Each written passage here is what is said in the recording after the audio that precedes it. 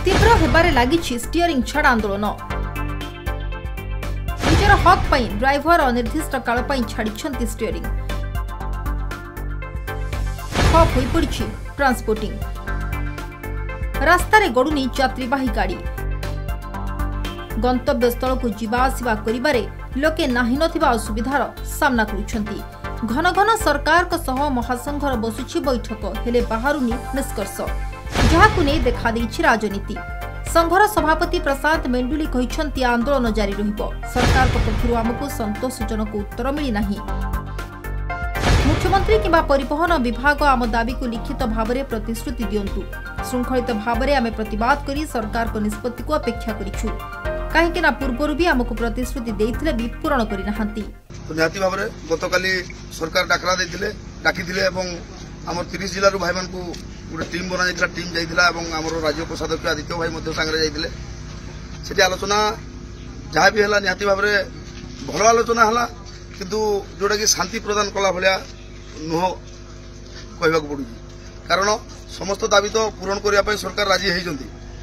आगामी दिन रे सब करिया बोली एवं आगामी बोर्ड मीटिंग पाई मध्य समय मागुछंती। माने बोर्ड मीटिंग हेले बोर्ड रे होबो बोली, किंतु आमे निहाती भाव में आ भितर भी कन्फ्यूज अछु जे जो जिनस आमे 3 वर्ष हेलानी बोर्ड रे कहतलु बोर्ड रे होबोनी, एटा सरकार को द्वारा हो बोली आज बोर्ड रे सेटा होबो बोली कहला बेले निहाती भाव में आमे आ धैर्यर सहित नाही, माने जोटा कि धैर्यर सहित तो बसीचु, किंतु गोटे ए विषय कन्फ्यूजन निहाती भाव में आ जेहेतु आमे चाहूँ आम ड्राइवर भाई मान डिमांड बर्तमान रोचे या जे आमर जो दाबी को सरकार ग्रहण कर आलोचना कर विषय निहाती आम तरफ धन्यवाद सरकार को, किंतु ताकू किसी गोटे नोटिफिकेशन नाही। आमे पूर्वरु जेहेतु बारंबार प्रतिश्रुति पाई पाई आसीचु, एथर निहाती भाव में ड्राइवर समाज चाहिए कि मोहन सरकार जदि आपण जेते दिन पर्यंत आम दुख शुणी ना आपण पार्टी रे बा आपण जदि कंक्रीट करके जिनस को देना जे सतरे तुम दाबी पूरण आम बारंबार आंदोलन को आसी पारिबुनी। आमे हेलु ड्राइवर गोटे पटे आंदोलन अन्यपटे मंत्री को आलोचना हेले ड्राइवर महासंघर हेउनी दाबी पूरण जहाकु नै सरकार को घेरिछंती विरोधी। बीजेडी विधायक शारदा नायक कहिछंती सरकार ड्राइवर को पई चिंता करंतु काहेकि सब किछि ठप होइछिबो। दरदाम वृद्धि पाइबा सह लोके यातायात रे समस्या उपुजिबो। सेबड़ी कांग्रेस विधायक दल नेता रामचंद्र काडाम कहिछंती सरकार और काल विलंब न करी तांको दाबी मानि नियंतु।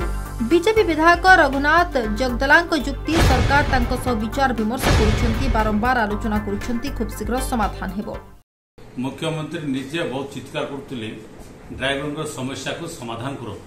जेतेबे से विरोधी दल थिला जो चित्कार करथिले आज से ओडिसा मुख्यमंत्री अछंती, ते प्रकृत रे ड्राइवर मानकर जो हक अछि पाइबा कथा ताकू राज्य सरकार सहृदय विचार करवा कथा। बर्तमान जदि न करेंगे डिमांड जदि न मानवे आगामी दिन में यातायात बहुत प्रॉब्लम होची। पेट्रोल डीजेल मिलने बहुत कष्ट हम, लोक यातायात असुविधा हम, बहुत माने जोटा कि नित्य व्यवहार जिन बहुत अवैध दर वृद्धि हम। तेणु राज्य सरकार आ मुख्यमंत्री को सी जो विधानसभा विरोधी दल मुख्य सचेतक करते से अनेक कथा चाप सृष्टि कले सरकार को। आज तो से निजे सरकार रे अछंती, तेणु से यथाशीघ्र जो ड्राइवर मानकर तांकर जा जा डिमांड अछि ताकू फुलफिल करबा उचित। ड्राइवर समाज एकता को धन्यवाद दउची। डेफिनेटली ड्राइवर होचंती समाज रे गोटे एसेंशियल पर्सन्स। डेफिनेटली सरकार तांकर दाबी आलोचना करी कि आकु शीघ्र समाधान करिया कथा, कारण यदि बेसी दिन कंटिन्यू करे दरदाम परिस्थिति और लोक मैंने साधारण लोक असुविधार सम्मुखीन हे एवं डेफिनेटली सरकार से बस आलोचना कर समाधान कर आवश्यकता है। से ड्राइवर मानकर भी विकास हे, तांकर किछि दाबी करवा स्वाभाविक, किंतु सबू तांको दाबी को पूरण करेंगे सरकार। तो यहाँ आलोचना होकर कथबार्ता होकर ही सब जिनस हे। तो निश्चित भाव में सरकार तांको डाकिछंती भी कथबार्ता होगापी से जहाँ निष्कर्ष बाहर आ सरकार भी चाहते समस्त विकास हो, ड्राइवर मानकर भी जो दाबी रोचे से निश्चित भाव में भी समय हिसाब से पूरण करा निश्चित भाव जन जो दुईटा पार्टी बसंती तो तांकर मोटिव थाए जे गोटे कन्क्लूजन करने गोटे किसी गोटे निष्पत्ति करने। तो जदि सरकार जदि इच्छा नथिबो तो कहीं डाकिबे। तो कथबार्ता माध्यम आलोचना माध्यम यार समाधान हेबो। पुलिस को गाड़ी जांच अधिकार प्रत्याहार 60 वर्ष अधिक लोकों को भत्ता गाड़ी रोहणी स्थान रे ड्राइवर को पाई व्यवस्था ऑटो चालकों को बोर्ड रे शामिल भरी 6 दफा दाबी करी राजरास्ता को ओह्लाई ड्राइवर महासंघ। सरकार केमिति ड्राइवर महासंघ को मैनेज करुछि एबे देखिबार कथा। भुवनेश्वर प्रशांत दास को रिपोर्ट बड़ खबर।